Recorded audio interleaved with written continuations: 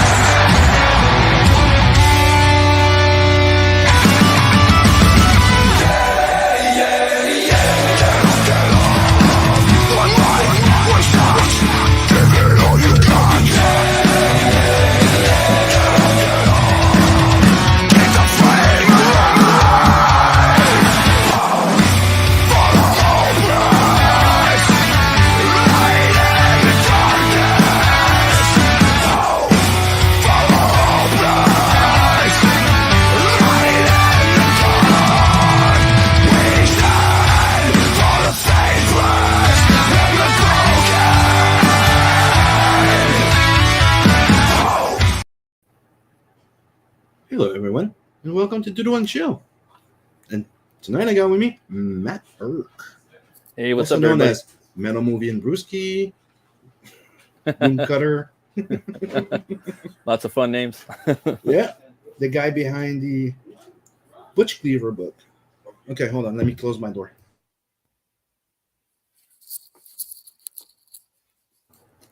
I'm sorry about that one. The food got here at the same time as I started the stream with him. So, how you guys doing? Let's go say hi to the chat. There's some guy called Metal Movie and Brewski. It's always in the chat sometimes. You have El Gargo in the chat. Ew. Said that there was echo. Thank you for telling me. I forgot that the audio for the other screen was on. Yeah, I do that all the time. On the horror movie show. Mm-hmm. I totally forgot that I had my screen share with the audio at the same time. But you know that song's pretty goddamn good. You have to admit. Yeah, it's pretty cool, man. Yeah, I like the guitar. I like the guitar. I like the guitar melodies in there, the harmonies. It sounds pretty cool. What's up, Coleman? What's Just up, lurking man? there. Yep. So today we're here talking a little bit about Butch Cleaver that's now on Kickstarter as well. Butch Cleaver 1 and 2. Do you still have the in demand on Indiegogo? You closed that one. No, I kept that open. I figured I would just open it up on Kickstarter, see what would happen. I figured I'd offer both of them and kind of just do I did a stealth ninja launch. I just launched it. Just to see what happened, and then just kind of promote it. Do a 30 Okay, days. so you didn't run the little mailing list that they have before launching. No, I didn't even know they had one, to be honest. I knew they That's- had like a sign up thing, but I didn't know. Yeah, you could do that. That's why you ask questions to people. Right? You do have friends you can ask questions. I know, man. I should have. Ninja. What's up, Lola? Hey, yes, Sim. You have. What's up, Pops? Hey, yo. Hey, guys.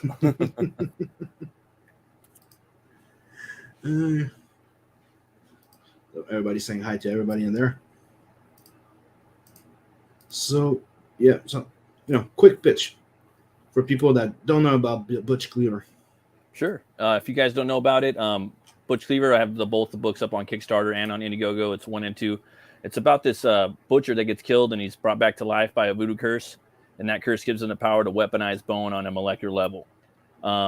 It's basically like the world if you threw basically if you had Evil Dead set in a Hammer horror movie and a spaghetti western. That's kind of what you would get with Butch Cleaver.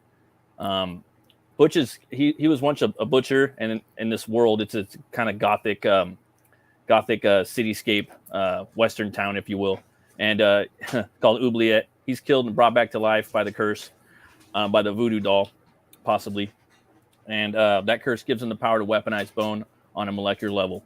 So he tries to use that power to find out who killed him and possibly get some revenge and possibly maybe start to redeem himself. Most of the first book, you kind of go into some of that. He's got a bounty hunter on his trail called Opie the Old Possum. He's Whitey the White Rat, Whitey Ratatouille. That's his cousin. The White Rat is the guy he used to work for, and he has a cousin named Opie the Opossum. He puts him out on a hit to kill Butch on the first issue, and yeah, it's pretty crazy. And in the second one, we kind of just pick right up where the first one leaves off. Butch is in a bar. He's at this bar. It's a Viking meat hall saloon called the Varg Skull, and he's telling his stories. And he's like, "All right, well, you guys want to know my story?" And that's where the second book starts. It goes into his origin. You know, if I could, if I was doing monthly comics, I probably would have milked his origin 30 years. That would have been kind of cool. You don't want to tell your character's origin, but I wanted to do it anyway. I broke the rule. So in the second book, you're gonna see where he came from and why he is who he is, and you're gonna learn a little bit about who cursed him, and you know, it sets up basically what's gonna happen in the third book. And this is basically a book I could write forever, but I'm gonna do other things too because I have other books I want to do as well. But yeah, this Kickstarter is basically, I wanted to bring it over to the Kickstarter audience and universe and see if maybe they would respond to it. You know, and that's basically some of the pitch for it. So the training, so everything that's from the other campaign was on the. What's the exclusive thing on the Kickstarter? So mostly everything's on there. The metal bottle opener's not. This is the exclusive cover right here for Butch Cleaver 2. But you can also add on Butch Cleaver 1 or pick up Butch Cleaver 1. Butch Cleaver 1 is limited copies as well on the Indiegogo. There's limited ones on there, so I've took inventory and just put enough on each one. That way I'd have enough for, damages and whatnot. Once those sell out, then I'm going to make a brand new second printing and it's going to get a new cover. So every time I sell out of an issue, I make a new cover. That's how I'm going to do it, you know, hopefully. I mean, God willing. Yeah, and that's pretty much it. So there's a new cover. And then also I'm going to give everybody that backs on Kickstarter an exclusive poster, much like the one I gave on Indiegogo. If you back on Indiegogo, you're going to get this wanted poster back here. It's 11 by 17. And when I pack it in the books, I roll it up kind of like Beacon did. I got the idea from Michael Beacon, which was awesome. And I haven't had anybody complain about it. I had one of my backers put it in a frame on his wall, or two of them have.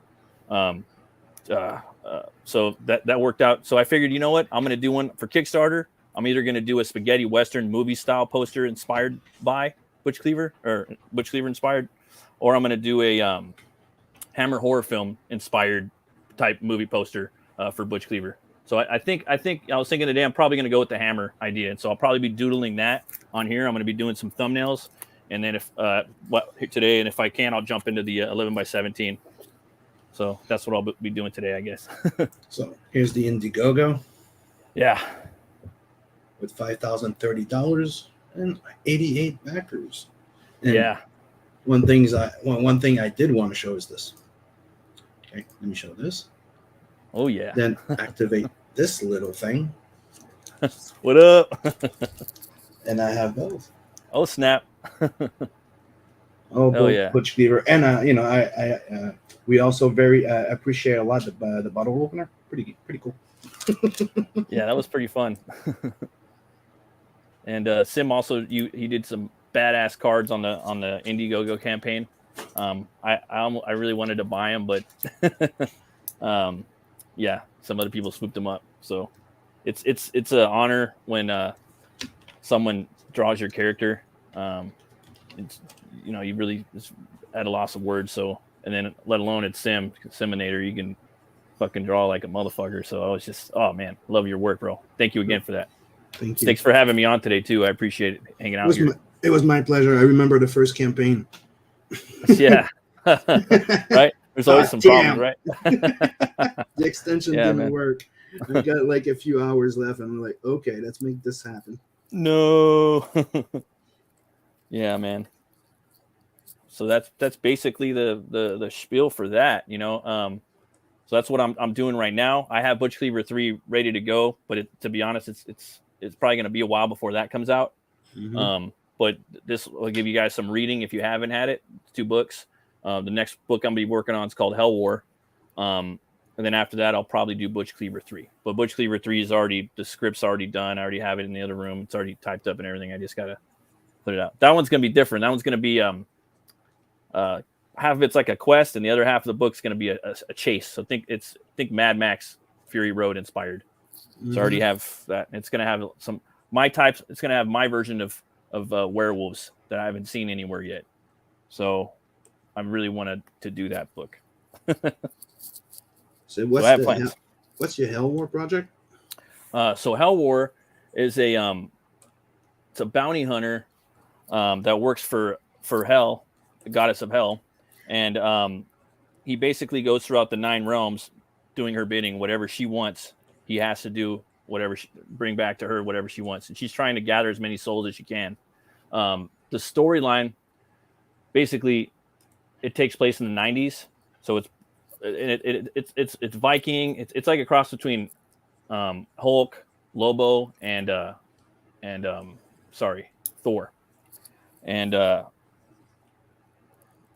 he's on his last mission, so he has to go do something for her. And after that, boom, it's kind of that idea, like, like someone on the last day when they go to work and they die, Mm-hmm. that's kind of the idea behind Hell War, at least the first book I'm going to do. So there's that. Takes place in the 90s. He has to go up against in the first part of the book, a biker gang in Death Valley called the Death Valley Drogs or Droggers, depending on how you want to pronounce them. And it's also going to touch on just metal culture in general, and also Viking mythology.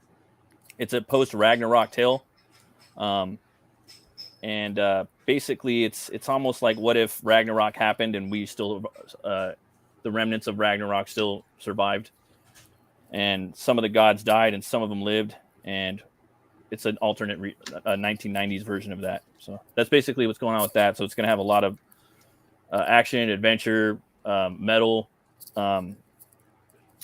It's going to have a lot of Norse influence stuff in there, and I'm trying to pull whatever I can, that basically things that no one's ever seen before. And that's a book that I've always wanted to do.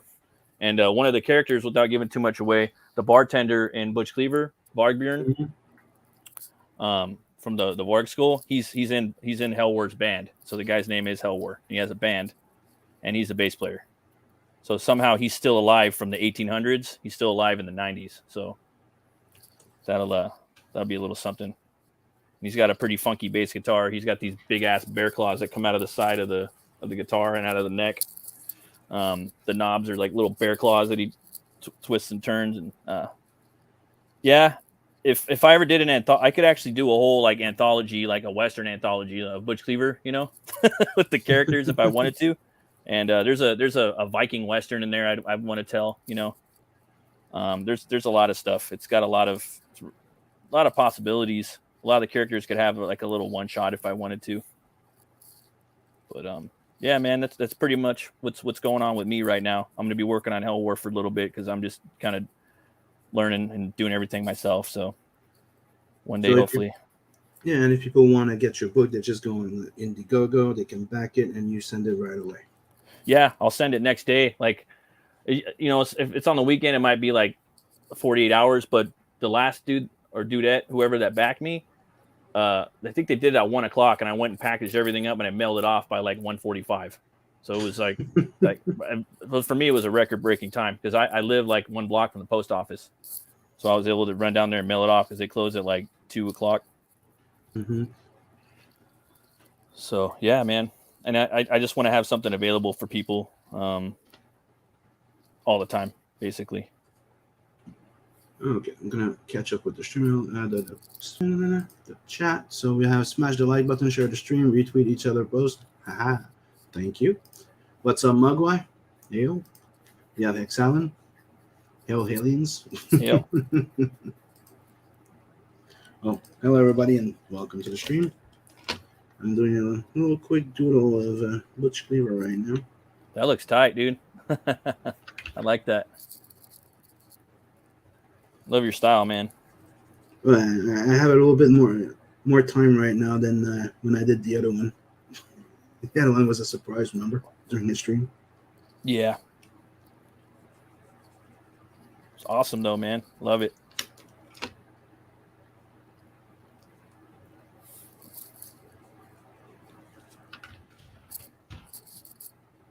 Gargoyle says, El Gargoyle says titties. I don't know if he's referring to Butch Cleaver, but I don't have any bare-breasted women in my book yet. Not saying that I won't one day, but Yeah.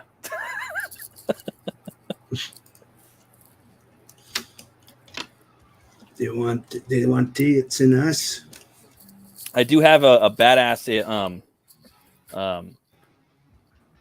a cowgirl Viking or a cowgirl Valkyrie in my book. Actually, a bunch of them, a whole group of them. They're the ones that run the Viking meat hall, and Vargbjörn's the bartender.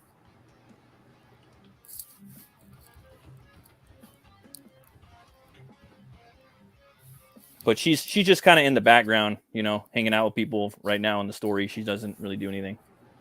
Doesn't mean she won't in the future. Mm. So how many? Well, like you said, you could pretty much keep doing Butch Cleaver all the time. Yes. How many issues did you have planned? So I have at least like one more 52-page graphic novel lined up, and that's just for this like main arc. Because I don't know, because I kind of don't want to give it away because he's trying to solve his murder, but there's something else he's trying to solve too in the storyline, and that's basically that's part of the third issue. But after that, I have like theoretical like stories, you know what I mean, lined up. But I don't give them too much thought unless I'm going to dive in and go full force for them. And now with the kind of the way like the model that a lot of us are doing it, I kind of like just want to do one story per book where it's got a beginning, a middle, and an end, and a tiny little thing in there for the next book. Yeah. So that's how I'm going about writing everything that I do forward. And my goal is to put out one book a year for now until to be realistic. And that's kind of hard right now. So, but trying to work on my speed, become a better, faster artist and entertainer, and do all that stuff, you know.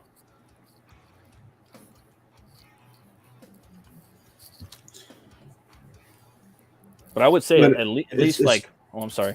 I was going to say, it's one of the things I noticed when I was going through your book is the fun part is to seeing you evolve from issue 1 to issue 2. Your art style really changed. Oh yeah. Yeah, because I did Butch Cleaver like 10 years ago. I did one book and I was like, damn, this is trash. So I didn't throw it away. I still have it, and then I redid that. And so I did the first, graphic novel, which was three floppies that I released in California in the circuit, and then I put those together into one graphic novel for Comicsgate back then. And I went on Rot 10 Glory. He's like, make a cover, so I did that. And then I started working on the second graphic novel, which was never released. And I basically put out the first book, the art in there. Most of it, like 90% of it, was from 2016, I guess. And then the one that came out now was like basically up until now, you know. And it's always good to see a progression, man.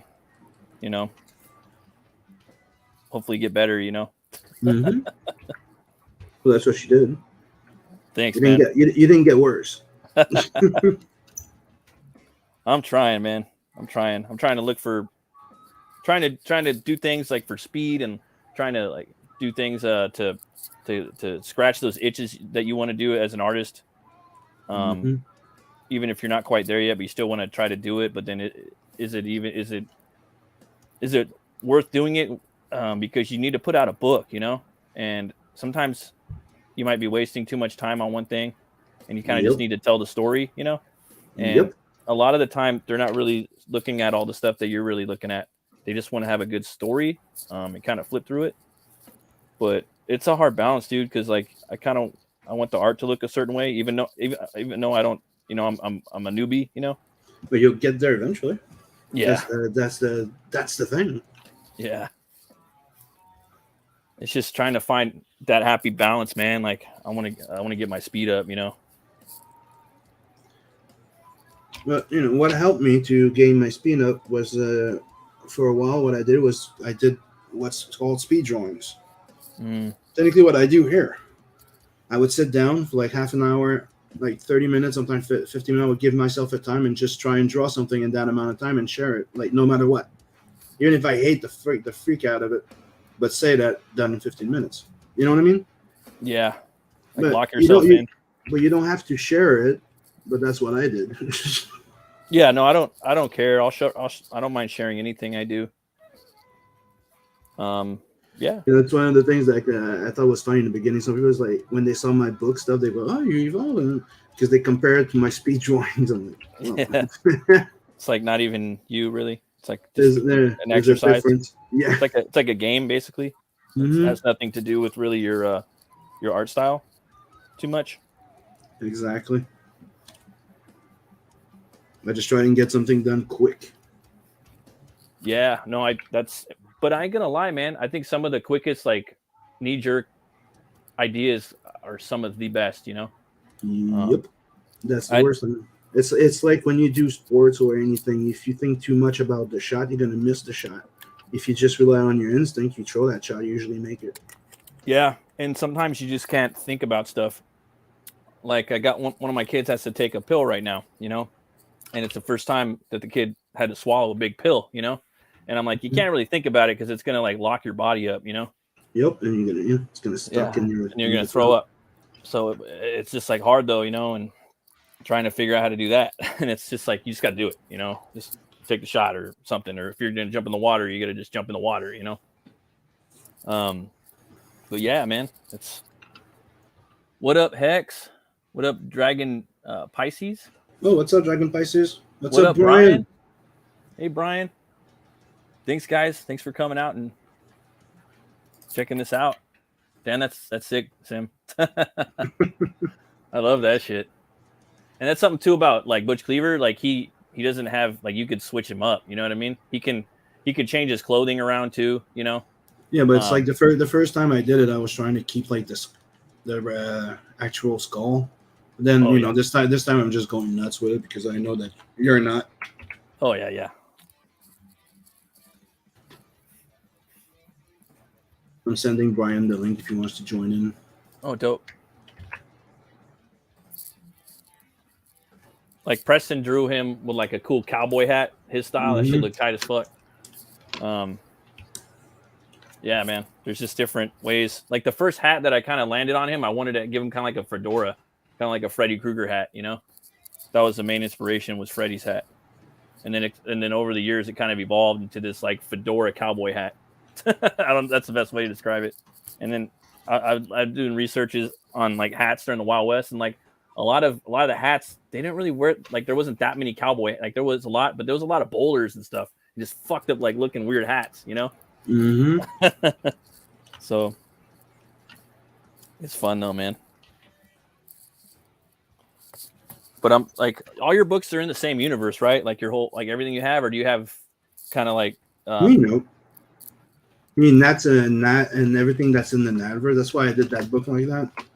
Also in the Nadverse because it's technically multiple floppies, so you get stories of the different characters. They're in the same universe. Wolf Dragon, nope. But Wolf Dragon, Demona will be in the same universe. Okay. They're linked. I'm trying to like. I'm still debating if I'm gonna make Blood Hunt part of it. I can hear you, man. Like I'm trying to tie everything I have into the same universe, basically. You don't have to. Kind of hard. No, you don't have to. The thing is, I mean, the thing is, if you try to, no, but in the end, you can do a crossover, dude, without even having to actually be in the same universe, or you can make it happen later. Yeah, like I was gonna put Butch Cleaver in the Hell War band, like that was gonna be, and I was like, nah, I don't want to do that. It doesn't go like I wasn't feeling it, you know. It didn't go with it, you know. And then I was like, you know what, Vargbjorn, he could go in that band because the whole band they're all Scandinavian. Everyone in the band, you know, they're you know, like kind of like a Monomarth or something like that, you know. That's how the band is in Hell War. So that connected good, you know. But I don't want to force anything, you know what I mean. And Butch Cleaver, once you bring him into like the 90s, he kind of changes a little bit. So he's kind of better suited like in the 1800s in Oubliette, you know. It's kind of like better in that world.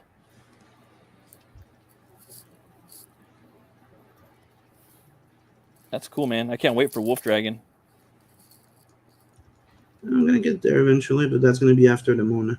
But actually, he makes an appearance in the Mona. Oh, that's cool, man.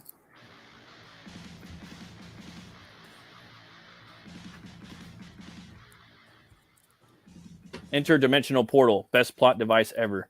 Yeah, that's like the easy way out, right? In the new book I got, I have he's got a horn that he blows, so he can open the Bifrost like Thor, you know, and he can ride his because Hellwar he has a motorcycle that's a horse. It's Goldmane from Norse mythology. It's actually part of Norse mythology, you know, and he rides that around, you know what I mean? But he just kind of rides it, you know what I mean? But the horse has more abilities. But in the first book, you just he's basically just land bound with the horse, you know, with the horse motorcycle. Sorry. I was going to say, don't forget, there's also multiverses. Yeah, that's true. But they don't have to be part of the same universe. Nope.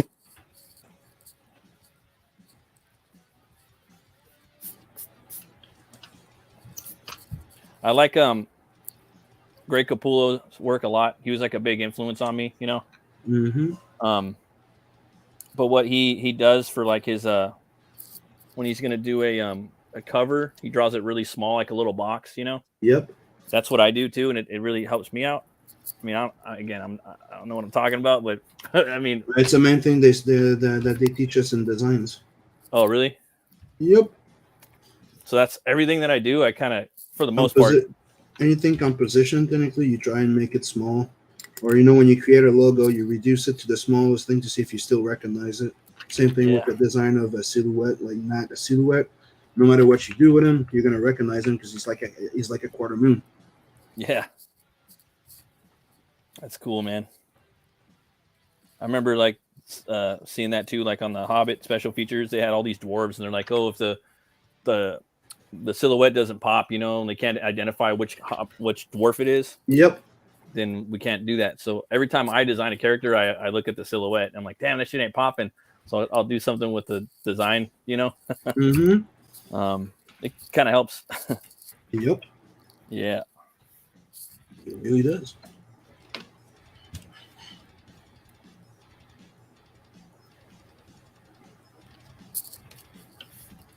There's a lot of good metal CDs coming out this summer. Like a lot of bands I like, most bands, they were shut down because of the pandemic, you know. So a lot of them were just not touring and they're writing a bunch of stuff. So all these CDs are coming out right now. So I'm like, oh, I might pick those up. Yeah, like who?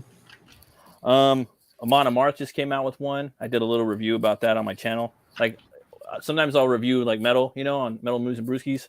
And what I'll do is I'll just doodle while I'm talking about the songs for 10 minutes. So I'll draw anything that comes in my head that has to do with that album. Just a doodle like we were talking about, you know? Mm-hmm. And so that one came out. And then there's this band I like called Soilwork. I think you'd like them. They're kind of like Swedish Pantera mixed with Deep Purple. They're really good. You'd like them. They got a lot of different styles. Then there's another band called The Halo Effect. It's a new band. And there's this band called In Flames. You probably heard of them. Yep. It's all the old members of In Flames. So they went off and made their own band, and it sounds like the good era of In Flames, kind of. So I just picked that up, and I'm going to do a review on that probably within a week or so. And oh man, it's so good. I was listening to it in my car right now. Just like every song's a banger, you know. And the dude that they got, he's in a band called Dark Tranquility, and he kind of he mostly like growls and screams most of the time. Mm-hmm. But when he sings, he sounds like Depeche Mode. So he's like the Depeche Mode of like melodic death metal, the vocalist, you know. So he doesn't sing on every song, so it kind of makes it a little more interesting, I think, you know. So when he does do the clean singing, it kind of sticks out a little more. Mm-hmm. So that CD was good. They're called The Halo Effect. I think you'd like that a lot. Waiting for those three right there, and then there's the new In Flames is coming out. I don't. They're interviewing them. They're like, hey, your new stuff's pretty heavy. It sounds like because they're on their like 15th album or something like that now, and they're like, yeah, your new stuff's kind of heavy like your old stuff. You know, are you guys like kind of trying to compete with the Halo Effect because they're putting out like heavy shit? And it's not even that heavy. It's just like heavier, you know. Mm-hmm. It's not like death metal. It's melodic death metal. So you're gonna get a lot of guitar melodies. You know, for me, heavy is like, you know, Cannibal Corpse and like Morbid Angel and like death metal, like Florida death metal. You know, like that's a little heavier. Nile, like or even the black metal bands, Bathory and Belphegor, and I don't know. I keep going off, Mm-hmm. But they're like, no, we're not doing that, So, anyways, New in Flames sounds tight as fuck. And then there's a band I really like called Darkane. They got a new CD out too. I want to pick that up. Just so I can't even. There's at least 10 CDs out right now I want to get, but I can't afford all that shit. One of the bands that I've been listening to a lot lately is Parkway Drive. You like that band? That's cool. I don't know if you checked it out, but that was the theme song. Oh yeah. That was pretty cool. It's another band from Australia. Oh really? Mm-hmm. Oh, that's cool. Yeah, man. Let's clean this up a little bit.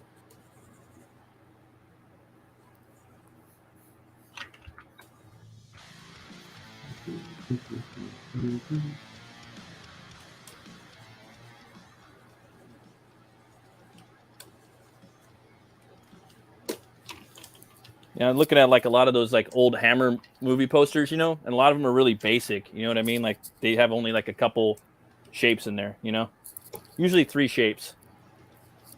So I'm trying to think of 3 cool shapes to put into this layout I'm doing right now. And a lot of them will have like a castle in the background. And then maybe they'll have like Dracula in the foreground or something, or they'll have like a wolfman hugging a chick or holding a chick, But Butch he doesn't have a love interest. So it makes it a little trickier. But I'm having some fun. That's what counts, because that's what sells book. It's when they see you having fun. Yeah.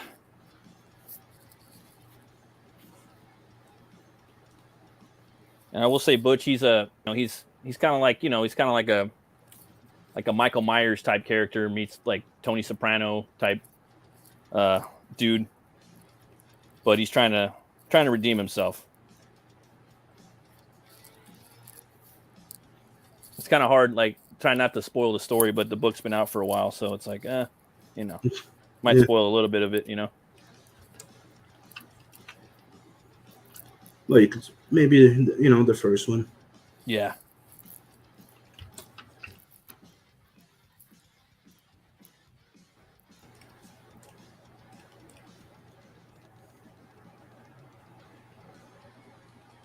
Okay. Yeah, that's coming out cool. Yeah, it looks tight, dude.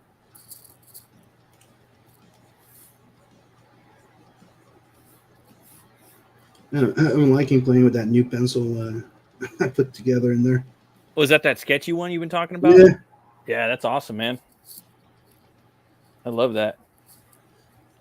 I got it to the point that it feels like a real pencil, looks like it. And I can also, if I wanted to, get directly the colors when I, put a tight pencil one. It's pretty cool. Yeah, that is pretty awesome.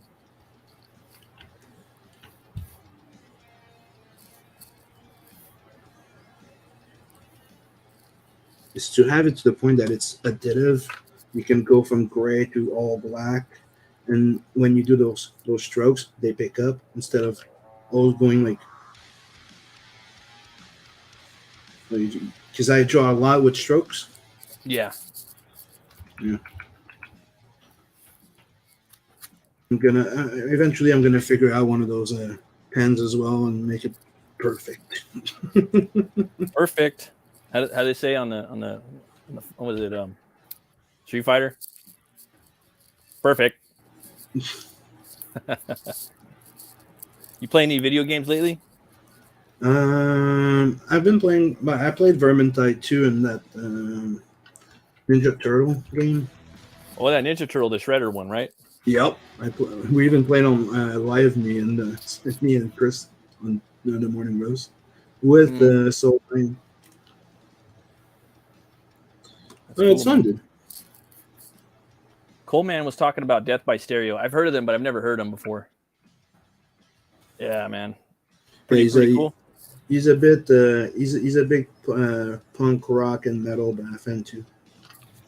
See me like there's a lot of like stuff coming out about metal right now, like like the documentaries they've done, like probably over the last 10 years. You know what I mean? Talking about where it came from, and metal and punk, they're kind of in the same spectrum. You know what I mean? Or just parallel universes. What is it? They did a pretty decent documentary on VH1 that metal. I think it's Metalology. I think that dude from the Banger TV channel or whatever. He interviews like almost everybody. He interviews almost everybody. I think except for Ozzy and I think Robert Plant. Like those are the only two. But he does everything, dude. He does like punk, rock, black metal. Like each episode's a different one. They do the blues. They're landing on like it started basically with like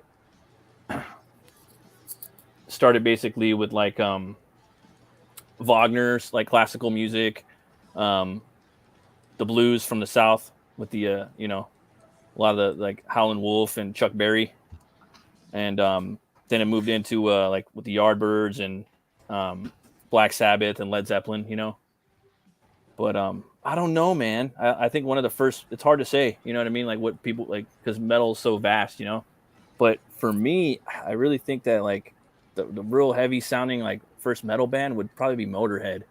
But a lot of people say Black Sabbath and stuff, but for me, it's like they had a little more aggression, and they created the double bass, like the constant one Motorhead did, as far as I know. So I don't know. I think probably them and Sabbath. And that's why they were good friends. Yep. And then Lemmy was like Jimi Hendrix's roadie, I guess.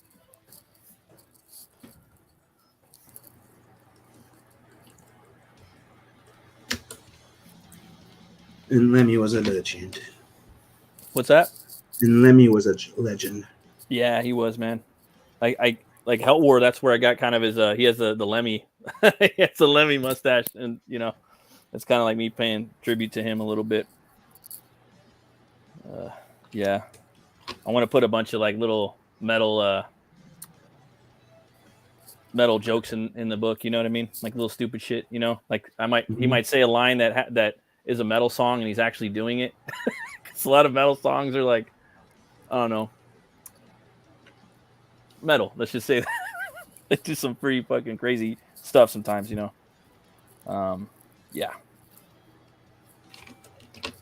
It's hard coming up with new concepts, man.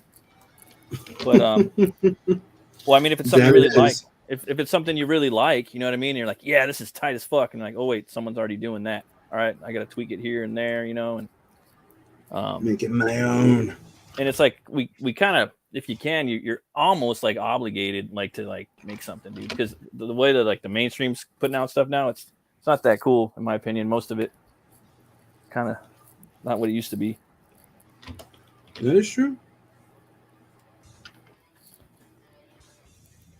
Like I got a Superman book I want to do, but it's not Superman, with that type of character, that archetype, Mm-hmm.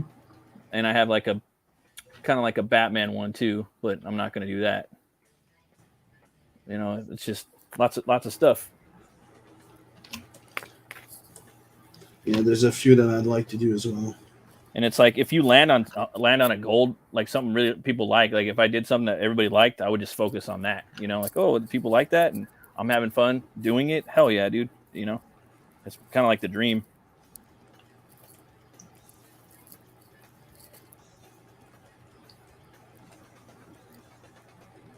I mean, that's why I'm pretty happy that people seem to be enjoying all the IPs that I have. So. Oh yeah, your stuff's awesome, dude. There's no one out there doing really anything you're doing. I really like Blood Hunt a lot. Naverse is sick too.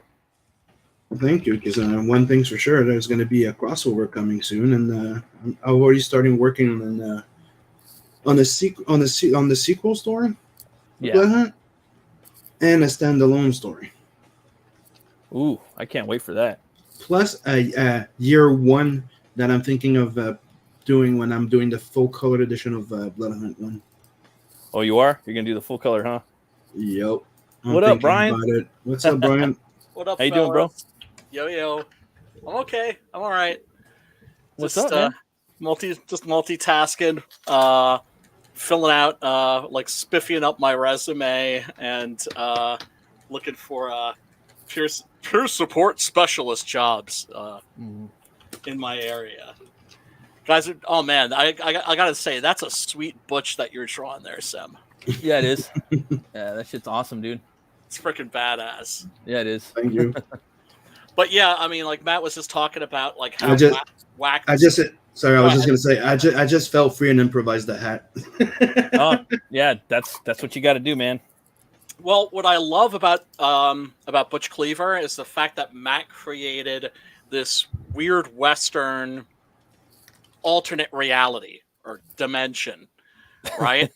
That's just like a mix of all these different elements, right? Where really it's like a kind of a horror Western world.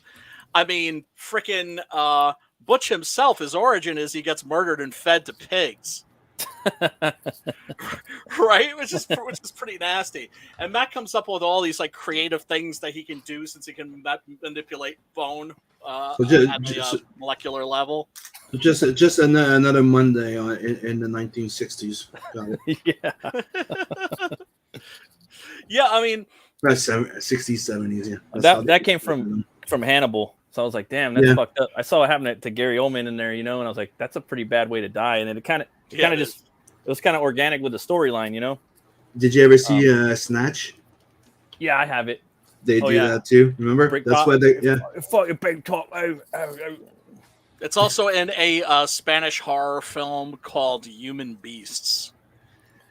That's just like especially gnarly. Spanish horror movies, if you haven't seen them, they have like their own distinct vibe to them. They're actually pretty awesome. I like that, man. And the chicks are super hot too, which definitely doesn't hurt. Oh man, but yeah, you're talking about like the whackness out of the stuff that's coming out of the mainstream. I did something I hadn't done in years yesterday, which was I was like, you know what? Let me just like I've got like a bunch of leftover books. Yeah. Right. I'm pretty much done with fulfillment. I mean, there's always like those 2 or 3 people that kind of slip through the cracks. Yeah. Right? Or like you send their their books, but they don't get them, that sort of thing. But otherwise, like pretty like 99.9% done with fulfillment. I got like leftover books. I'm just like, well, shit. Why don't I hit like the local LCSs, local comic book shops, and hey, are you interested in carrying books from like a local creator? Sounds cool. I'll sign them for you and everything. That's what I did. Right. Yeah. I mean, why not sell comics out of the trunk of your car the way that like rappers like would sell CDs? Yeah, and, I sold at least 30 number ones of Butch Cleaver, I think, or more. Just awesome. And I only did one store, and it was just the one that's a couple blocks from my house. They're awesome. He's all indie. He's all about indie. He don't give a fuck. You go in there, the top. He has 4 like bays, and each bay is like the last 4 weeks of the month. You know what I mean? Right. Then they would go wherever after that. Yep. Then they have like $1 miscellaneous or 25-cent bins or something like that. But on the top 2 shelves, dude, it might even be 3 now. It's just all indie, and he puts all the indie on the top. That's awesome. Shelf. And it's been that way for 2 years or longer. And you'll go in there, and it's like, damn, dude, like you'll see stuff that's like not mainstream, like it's not like not as woke. You know what I mean? Like you'll see stuff that's more underground. That I didn't even know existed. Which is one of the things that was great about the old days. You would go to like a really good comic book store, and they wouldn't have just the stuff from the majors. They would have the major indies, and then have some of the indies, right? Yeah. By major indies, I mean Dark Horse, Image, companies that it's kind of almost difficult to call them indies, right? But they're just indies by default because it's not Marvel or DC, right? So I go into the LCS nearest me and walk in, and the place is packed. Really? Right? I couldn't believe how busy it was. Damn. And I look around the place, and because the people at the register, like they're being swarmed, right? So I'm like, let good. shit clear up there. That's good. Right? Yeah, well, check it out. I go through the place, action figures everywhere, Warhammer 40K in particular, no comics. Wow. And it's a comic store, right? It's a comic book store. And Man. and I asked, I was just like, y'all don't sell comic books here anymore, do you? And they're like, no. I'm like, okay. I still left them some books just for free, right? Yeah. And just like and my phone number, hey, you know, if you check these out and you think you can move some, or feel free to give them away to like your preferred customers or whatever, right? But yeah, they don't sell comics anymore because they were just getting killed. Yeah, dude. They had to survive. They have to survive.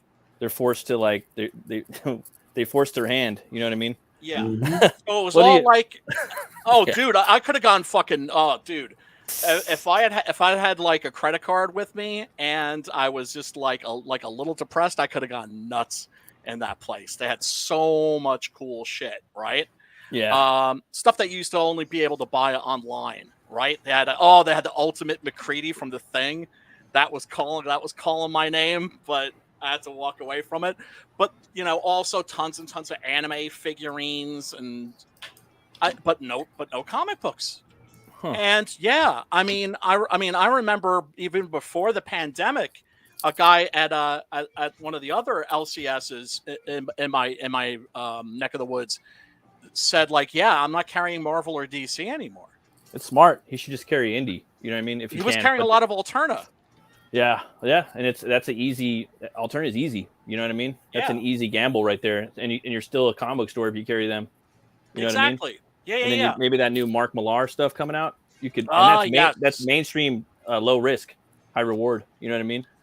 Which is something that, like I said, if Marvel and DC had put out cheap reprints of their old comics on the supermarket shelves, or even in the supermarket, like, you know, where they have like the romance novels and the magazines and all that shit, they would have made money hand over fist and created an entirely new generation of comic book readers. And they blew it. They blew it fucking completely. Now fucking Namor is let me get this straight in the new Namor movie, because let's face it, he's Aztec. Yeah. He's an Aztec. He's not from Atlantis. He's like from another dimension. That's crazy. That's and I'm like, oh, because they're trying to make him as little like Aquaman as possible. Yeah, that's you stupid motherfuckers. You stupid motherfucker. And you know what? All of my hope for like the Fantastic Four movie out the window. Yeah, but let's be honest also that the Momoa Aquaman has a bit more of Namor than Aquaman. Yes. In the movies. Brian likes that movie, huh? Yeah. I enjoyed it.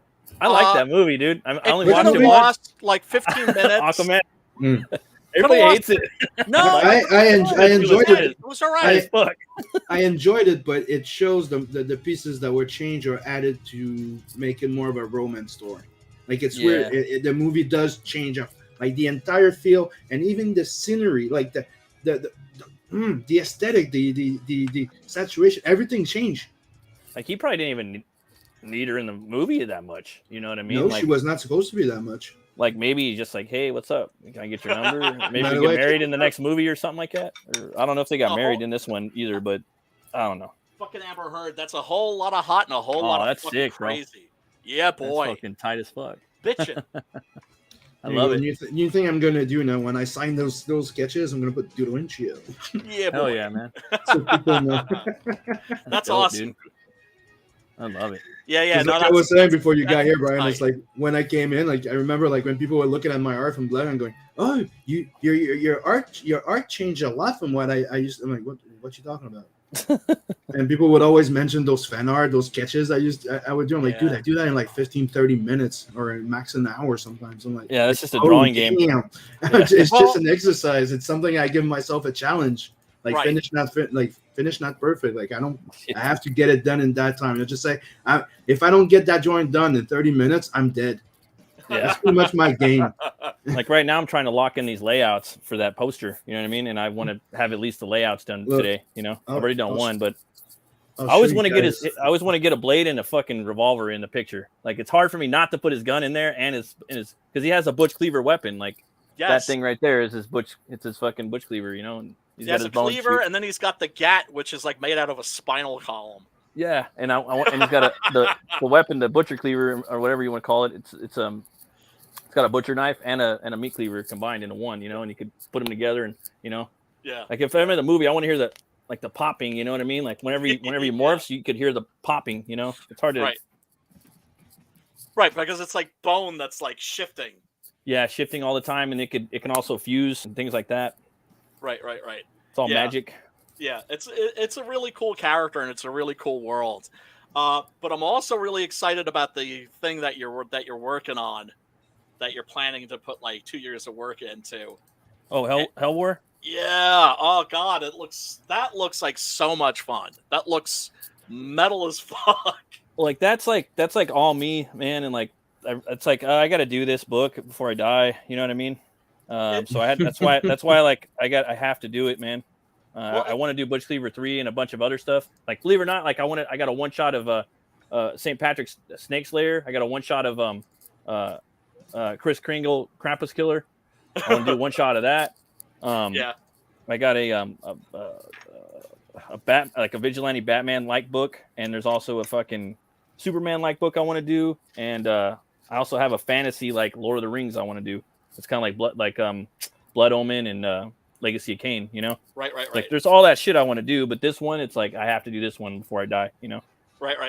Yeah. Well, I mean, God, I've got so many projects that I want to do. I think probably the next thing that I'm going to do is a Two-Fisted Comics Presents, which will be like 10 pages from like 5 different IPs, which and then I could kind of like get an idea of like who people want to see more of. Oh yeah, it's great. Can't go wrong with that.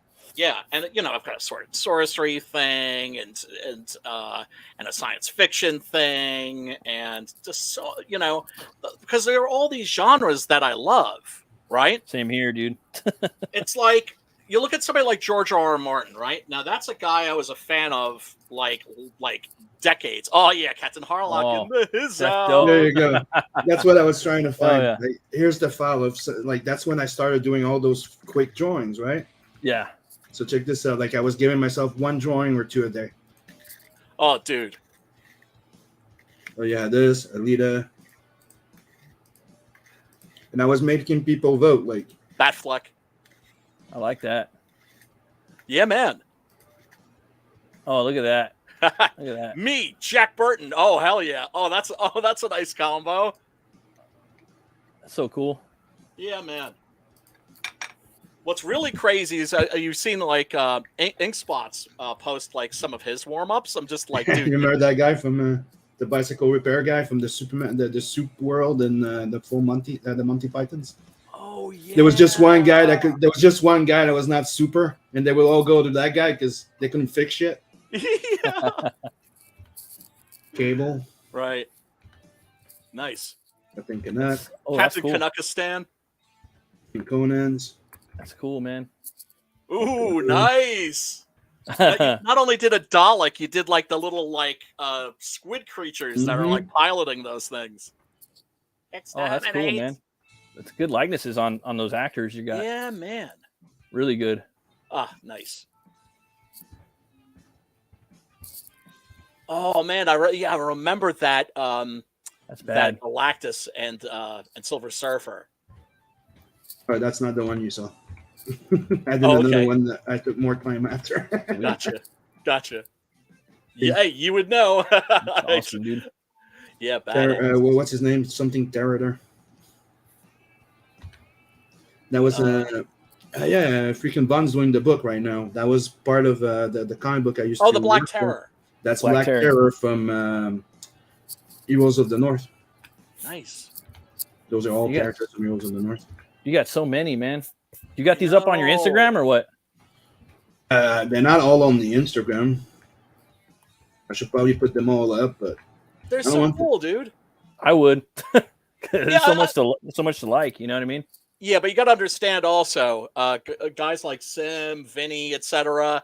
They've had their shit jacked, mhm. and there's some pretty shameless motherfuckers out there that will jack your art and then print it like make nice Meta Baron.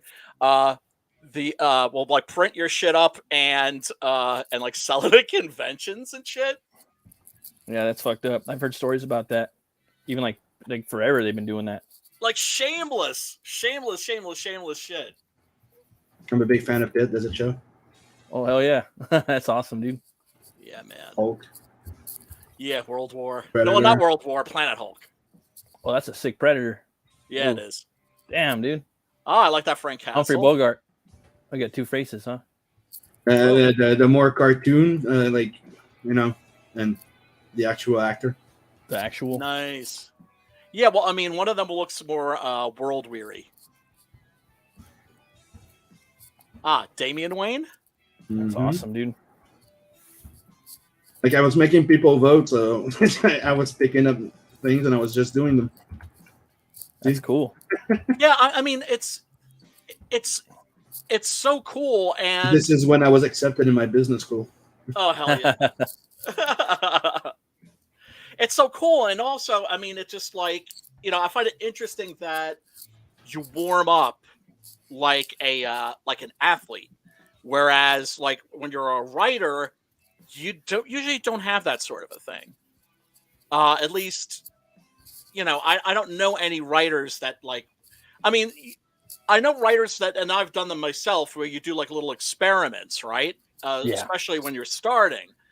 But there's no warm up in the sense that, I mean, it's, I mean,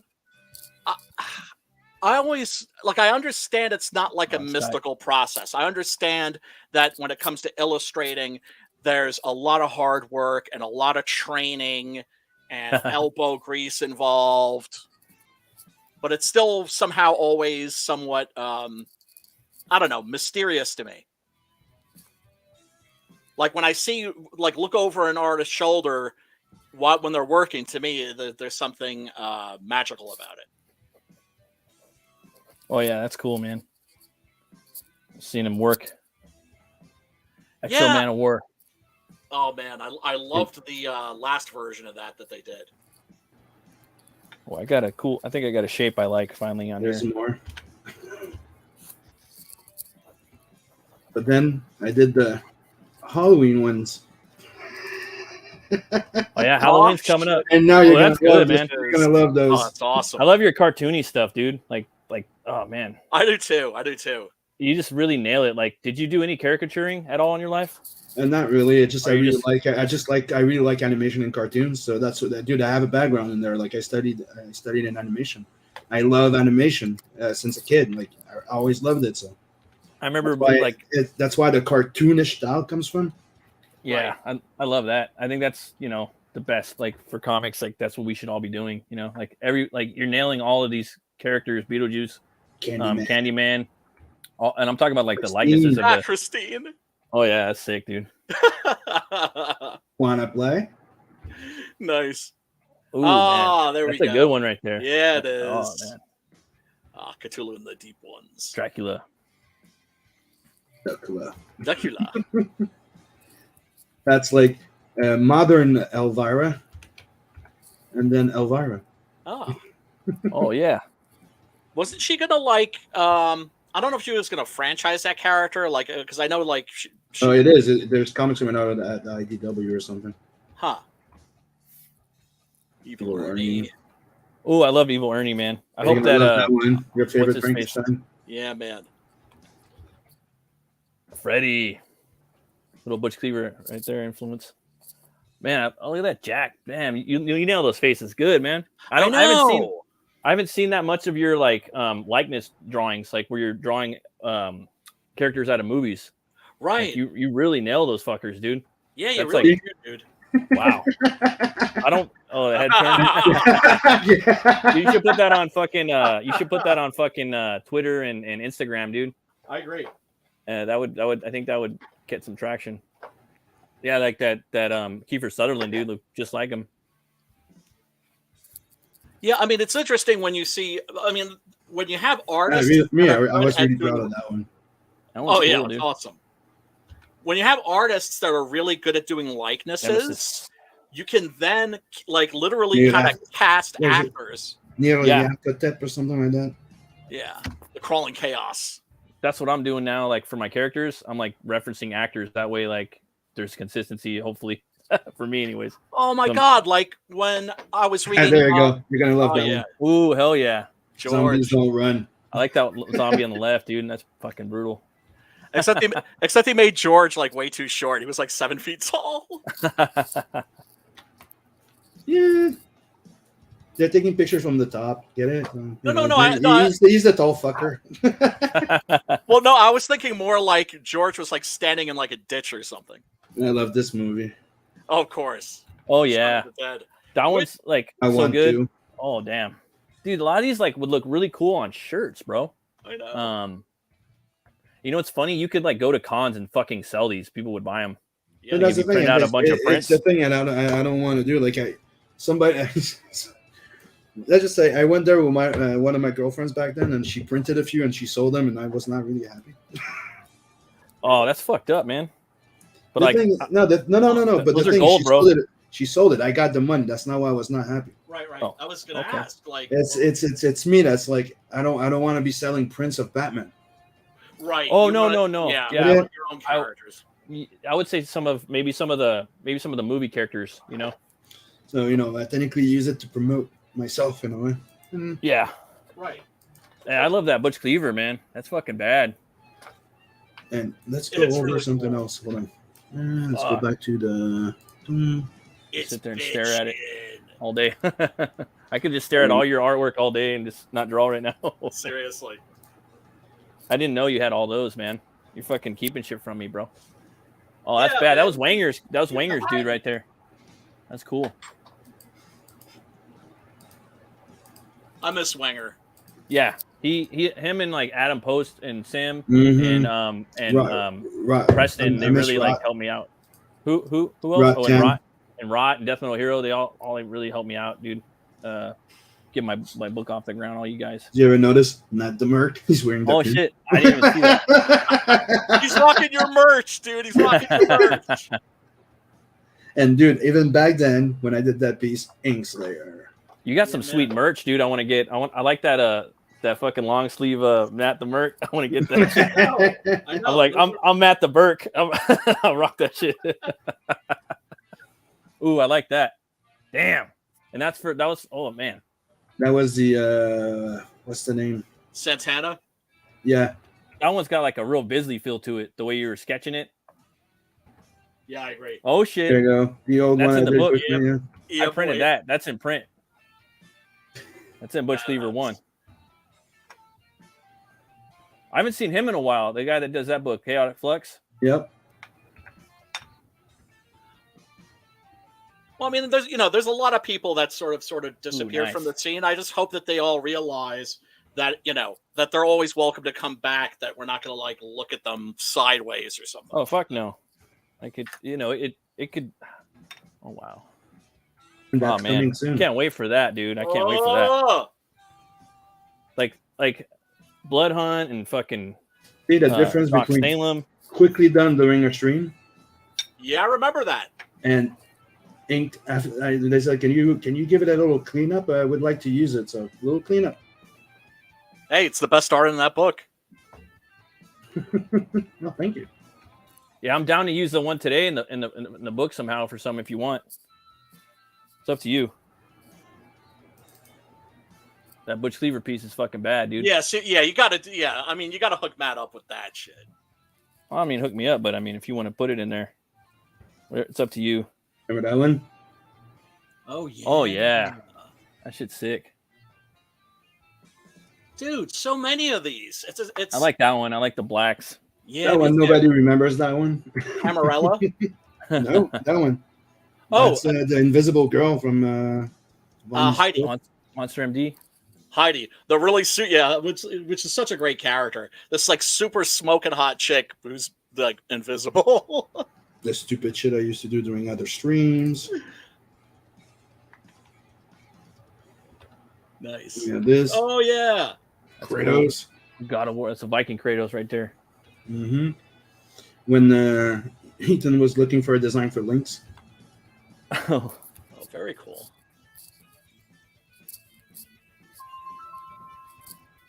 Lobo. Oh, that's a badass Lobo right there. Oh yeah.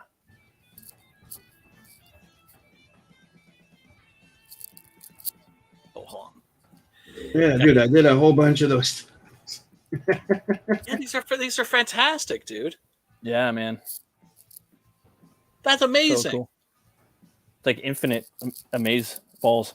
Yeah, seriously, dude. I don't want to sound like a little girl, fucking valley girl. Oh, amaze balls, but dude, yeah, amaze balls.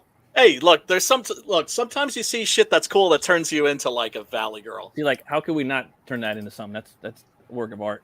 Yeah, it is. I love it. We could talk about that after stream, Sim, if you want to do something. Yeah, boy. And then what's this? Oh, I remember that. One. Yeah, boy. Now let's be careful that I don't show anything stupid. No tig bitties. Yeah, that's my point. Oh wow. Brave Star. Yep. Oh yeah, we did the Brave Stars. Remember we did the Brave Star stream together. Remember this? A topo. Oh wow. Yeah, I'd never seen that before. The painting, the digital painting I did for Long That Shadow. one's solid. Oh dude. yeah, of course. That one's badass. The Yeah, pencils. So cool. Sim's a bad man. And the first Red Eye I did. That's dope. Cool. I like the shading or the You're gonna line like work this. in there. Oh, Snake. Snake. That's awesome, dude. Boom. I never finished that one. I like that. I like the camera, the perspective.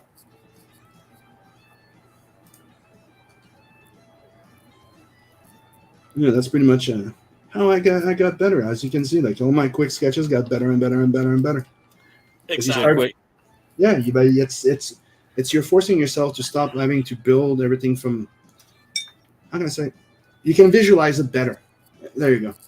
I think that's the best way of explaining it. The more you work it out and you get pissed or something because it didn't work or something, then you look at it and you go, where did I go wrong? Right.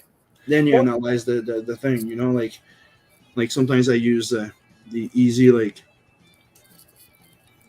type of proportion there, right? Mm-hmm. So Yeah. you go in like they say, like you're not happy with how the character is standing. So you go, what did I do wrong? So you go break it up. Go, Right. oh, that's where I fucked up. The leg should have been more like this. There you go. But it's That's also how you get better. Otherwise, it's like the same principle as writing. If you don't write short story, get something done and out and show it to somebody, you're never going to be a writer because you're never going to finish anything. yes. Right. Yeah, dude, I can't tell you how many people I know who are like, "Oh, I'd love to be a writer. I want to write," and it's just like, "Well, like, why are you telling me this? Fucking write, right?" I mean, I've been writing for fucking 30 years, like seriously, for 30 years, and I only just now feel like my work is at a professional level. Right.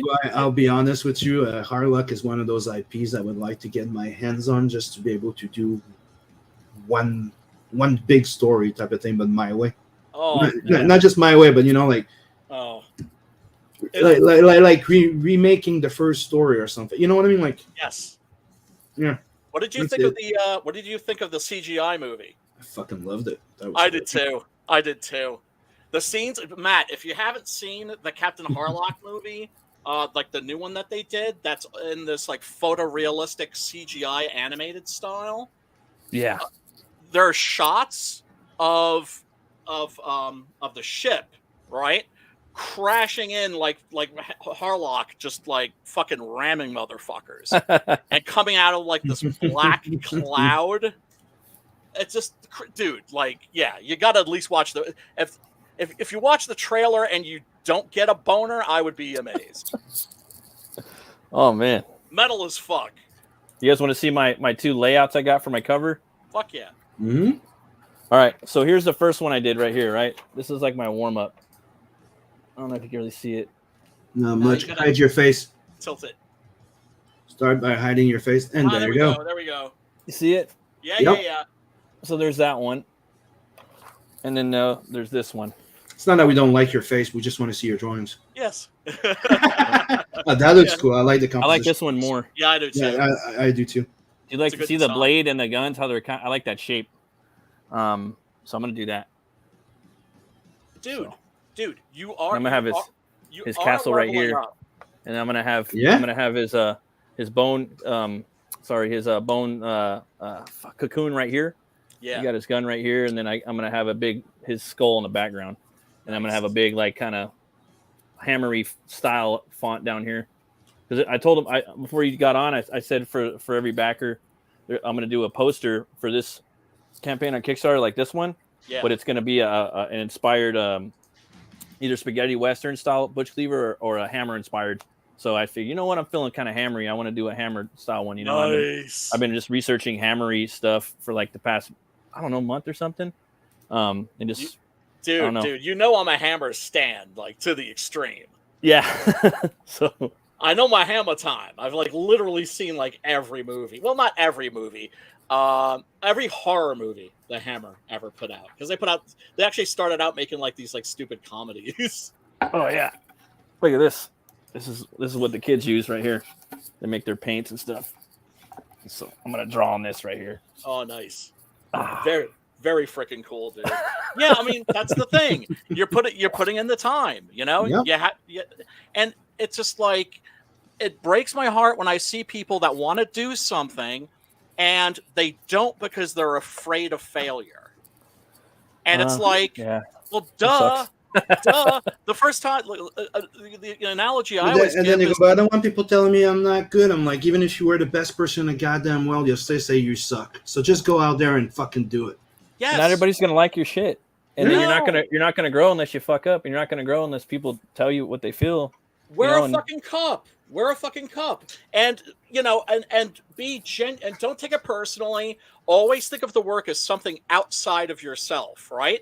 If there's something wrong with, like when I was studying and going to school for this shit, I would ask my professors, like, please be like as raw as possible. If it's not good, that's okay. But you have to tell me why. Like, please tell me what I did wrong. And then you start to find out what your strengths are, and then you find out what your weaknesses are and how to compensate for those and to work on those areas. Like, I used to be terrible with plotting. Like, I'm way better. It's still sort of my weak point, I think. But, Jesus, man, it's, of course you're going to suck at first. Yeah. I always, the analogy I always use is fucking Jimi Hendrix. The first time he picked up a guitar. Sounded like shit. Second time he picked up a guitar, I bet you that was like hellacious listening to that guy for like I mean, if you've ever like lived in a home or next to somebody who's learning an instrument, it's brutal. Oh yeah, it's brutal. Yeah, violin, horn, whatever. You're just like, oh fuck, give it up.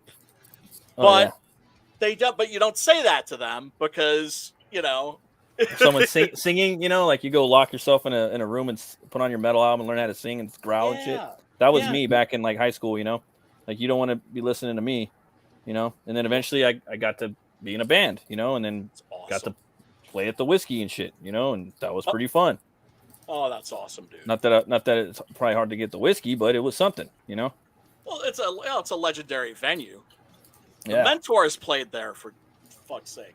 We opened up for some Guns N' Roses cover band. It was fucking fun. I had such a great time.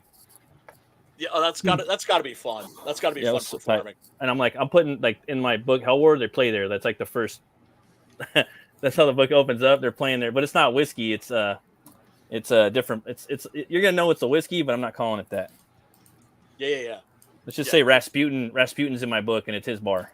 So Okay. we'll put it that way. Damn, I wonder what kind of drinks Rasputin mixes. Well, I got him in there. He opens it. He's got a big trench coat, and he's got all these fucking bottles like up in his shit, you know. And he's always throwing up the fucking Doctor Strange Spawn shit, you know, like. Oh, speaking of Hammer, have you ever seen the Christopher Lee Rasputin movie? No, dude, I want to see that. Fuck. Yeah. Well, dude, I got all that shit. I'm your one-stop shopping for like everything in Hammer. I've even got you know how this is really pathetic. I have a book that's like a tour guide, big thick book, and that also came with like a CD.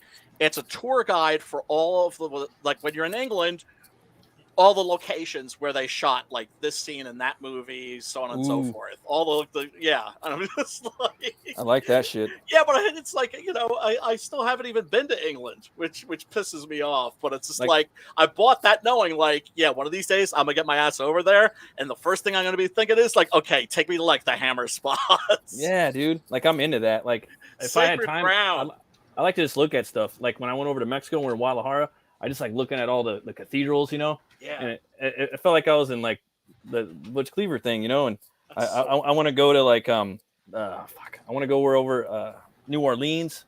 I want to go check out like those big Graveland cemeteries, you know. And I was like, dude, that's a location. I could put that in my book. I can make like a fucking area in the book, like a massive like town where it's just graves everywhere. You know what I mean? It's the Gravelands, you know. Yep. I didn't really get to explore that too much in Butch Cleaver too much, but that's one of the places I wanted to put in there. I want to go to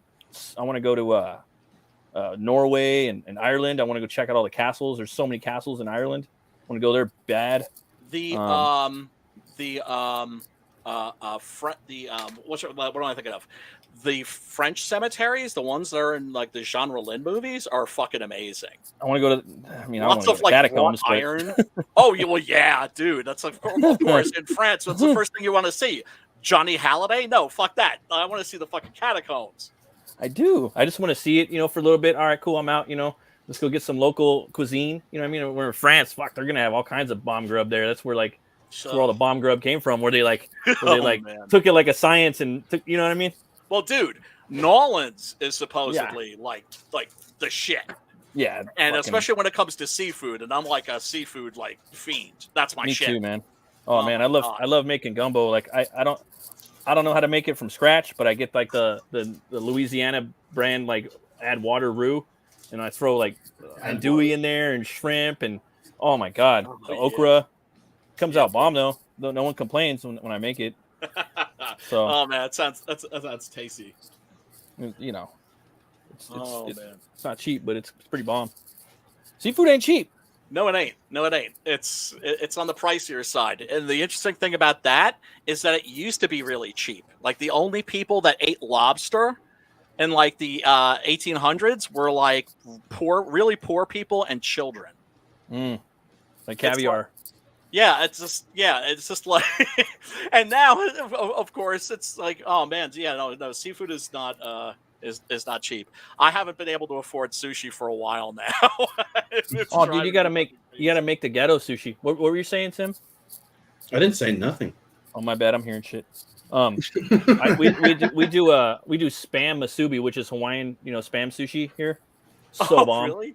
Yeah, it's Hawaiian sushi. It's legit. That's, you know. You can get it at the Hawaiian barbecue places. It's called musubi. That's the technical term for it. Yeah. Love that. And then we make a tuna fish salad, like tuna fish salad with sriracha. There's a million different tuna fish salads you can make, but you can turn that into sushi. You just roll it up. You know what I mean? Oh, it's delicious. Cool. That sounds you know what cool. I mean? I do that all the time. I certainly would try that, fellas. I got to boogie. Got a phone call. It's so good. I was gonna say we're gonna close my foods here, and I just ate a taco. That's why I didn't talk that much because I got El Pastor tacos here. Oh, damn. Those are your favorite too, huh? You're gonna pay for those, brother. You're gonna pay for those. Already swallowed one. Like, I mean, I remember you saying that those, like, you pay for those, but like sometimes like you just gotta have them. Like, The El Pastor are not as bad. It's like tacos. Period. It's playing Russian roulette. But those are the one that usually I have the less problem with, and they're the best ones anyways. So I don't care. So good. No, El Pastor, yeah, dude. Oh my god. It's one of the only thing I eat. I eat pineapple with. Oh man, I eat pineapple pizza. You're I know, like, you're people a get fiend. mad about that. Well, you guys are fiends. But there's the balance is the Chicago, jalapeno. New York You put the beef. jalapenos on there, and it balances. No, it out. yeah. But it's also the fact that they don't put pepperoni. They put ham. Oh yeah, ham and bacon. It's a difference. Jalapenos. Yeah. Ham, bacon, jalapenos, and pineapple. So Fire. I'll say, everybody, thank you for joining in. Don't forget to sub, like, and share. Yeah, boy. Go back, Butch Cleaver, either on Indiegogo or Kickstarter. Awesome. I got the Zoop pre-campaign sign up. You sign up for that, and you will get like something collectible, like a trading card or something. Dope. Sweet. What is Doodle and Chill, and why is you two Chris? recommending me this Canadian guy? What's up, Chris? So I did a little fan art. I'm going to be sharing it on the social media after, and obviously you can have it if you want after, Matt. Sweet. Fuck yeah, man. Yeah, hook it up, brother up. And don't forget to go back to Also the Adverse 2. Make sure that if you backed before, go make sure that it went through. Make sure you don't want to back a second time to get one of those extra covers, because the campaign is closing on the 29th. And the price is going up because it's a 100-page book now. It's not an 80-page anymore. It's a 100-page. There's 4 stories in it. Congratulations on that, by the way. And everything's going up. So I'm thinking of doing a second chance campaign when I'm getting ready to go to print, like I did before. Yeah. But this time the book's going to be probably at $30 and up. So you want to join in right now? It's still $25. So don't miss out. Be a winner, people, not a wiener. And Jump in trust now. me, those two that exclusive cover is also going to be more expensive, and you're going to have to buy in a bundle. So it's how it is. You need to back now to get the better deal, and you come back on the second one to get something that you might have missed, or I'm thinking of putting something interesting in there. Just keep your eyes open. That sounds good. Ooh, man. And one thing I want to put out there, and people can give me their opinion, is I'm considering right now, what should I do after? Should I do Tales from the Adverse 3 or just do the first book of Not the Merc? Oh, dude, it's Not the Merc. It's not even a question. It's not even a question. Blood Hunt Talk Salem.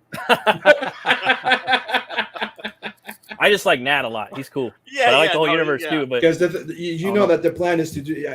Was to do about 3 of them, and then start. They're breaking down because Not the Merc has his own stuff, and Luani is separate too, and Rose is like the one that's like friends with everybody, right? Connects a bit everything in there, right? But yeah, I'm either thinking of going Tales from the Adverse 3 or just doing a Not the Merc's book, which would probably consist of two stories in it. That would be great. I would do that since you've already done 2 Tales from the Natverse, right? Mm-hmm. You need to establish Nat in his own title, because you're sort of doing things backwards, and that's fine. But normally it would be like you'd have a character that's the breakout character, and then you'd have stories from their world. But you're kind of doing it the other way, which is cool. The thing is that it's called Tales from the Adverse, and right now it's technically Not the Merc, and then you get extra stories. Nice. No, but that's what it is technically when you think about it. Tales from the Adverse. It's Not the Merc, but with extra stories. I call it Tales from the Adverse because they're all in the same shared universe. Right. But that's the thing that I'm thinking about. So don't get pissed at me if Tales from the Adverse 3 doesn't come out right after Tales from the Adverse 2, because there's a Not the Merc coming out, and there's also a Luani story coming out in Inkslayer, or by itself. Nice.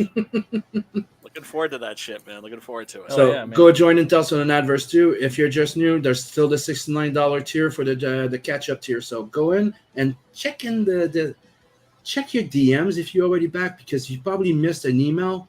Because there's a discount on that mini Nat figure just for you guys, and if you buy the campaign, there's an add-on in there too. Nice, sweet. So, and if you're looking for those sketch covers, they're in the add-ons. You buy a book, you go in the add-ons, $25 more, you get a sketch cover with no sketch on it though. That's the blanks. And if you want a sketch cover by me with a bust on it, it's $100 on the campaign. It's there now. Nice. So thank you, everybody. Have a good night. And if you have do you have any a stream anytime soon, Brian? You want to plug your stream before I Doing close? Mandy, huh? Me, I'm all Oh like, yeah, that's right. Tuesday we're supposed to do Mandy. Yeah, me, I'm all like, I want to go eat. Let's close this. No. I'm the no, I gotta. I'm the same way. Pizza's actually just arrived. But yeah, hopefully, you guys have both seen Mandy, right? So yeah, I'm gonna watch it again. I haven't seen it. So good. You'll love it, Tim. You're in for a treat.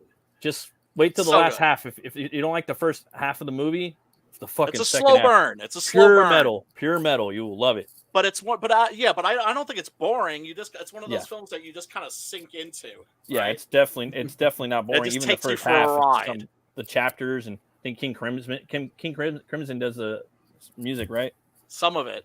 Yeah. Yeah. But it's second movie from Panos Cosmatos, whose first movie was Beyond the Black Rainbow, which is also freaking amazing. But yeah, so you, it's like 7 o'clock Tuesday night. Thank you, Matt. Thank you, Brian. Are you going to be there, Matt? Yeah. So have a good night, everybody. See you all tomorrow for the Inkslayer Art Show. We're going to be working on some of our projects. Have a good night. And we're leaving with the regular quote. Bye-bye. I see that story first. I feel that story first. I know those people first. When I put them down, they've already lived. And I put them down as I'd like them to live on those pages. My stories are very sincere. My stories are people's stories. And there's elements in my stories that are very, very real. And it doesn't matter what the subject is.